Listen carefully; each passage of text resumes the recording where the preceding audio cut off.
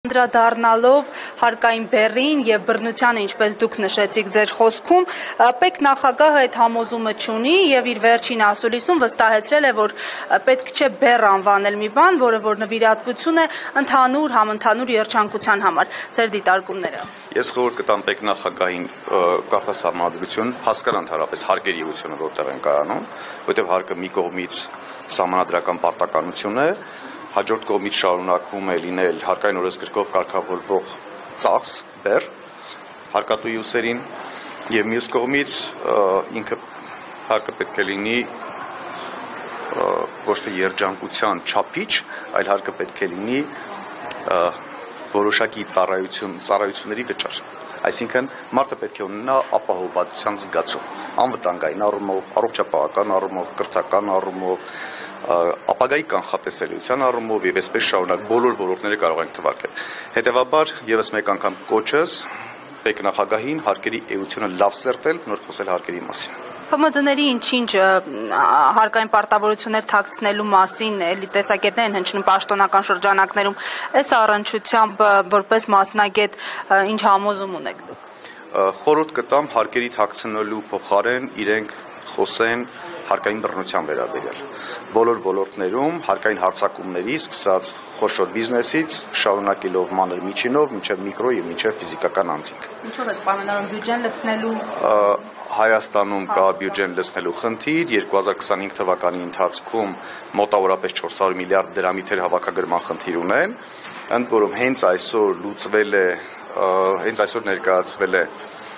ֆինանսների նախարարությունում նոր հարկային օրենսգրքի հայեցակարգը, որտեղ մեր խորհրդի անդամներից մասնակից կար, նախատեսվում է հարկերի հնարաբերակցությունը հասցնել 30%, ինչը նշանակում է բոլոր հարկատեսակների գծով հարկային բեռի էական ավելացման,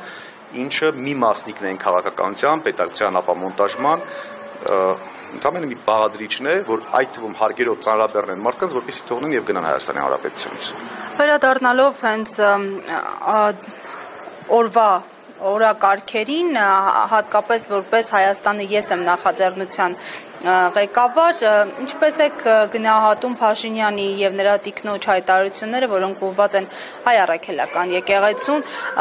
վիրավորանք, քննադատություն, տեղ-տեղ նաեւ զրպարտություն պարունակող հայտարարություններ։ Ես նրանց համարում եմ շատ փոքր մարդիկ, որպեսզի ես նրանց վերաբերյալ որևէ մեկնաբանություն տամ, ընդհանրապես երևույթի վերաբերյալ իմ կարծիքը դիտարկումը կասեմ։ Նախաջակցություն եմ հայտնում հայ առաքելական եկեղեցուն եւ հարցին վերաբերում եմ հետեւյալ տեսանկյունից։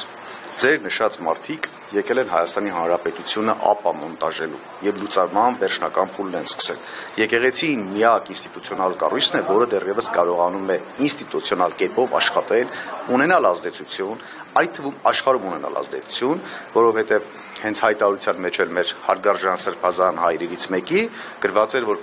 վեհափառ հայրապետը գտնվում է Շվեյցարիայում, որտեղ միջազգային համաշխարհային այսպես համաժողով է, որի շրջանակներում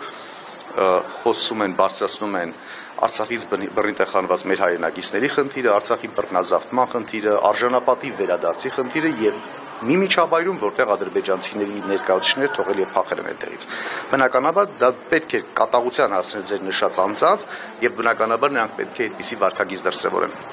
Ես նորից եմ կրկնում, ասելիք չեմ կարող ունենալ այդպիսի թափթրուկների հասցեին, թող մտածեն իր տեղակալները, իր նախարարները, իր հետ աշխատող մարդիկ, իր թիմակիցները,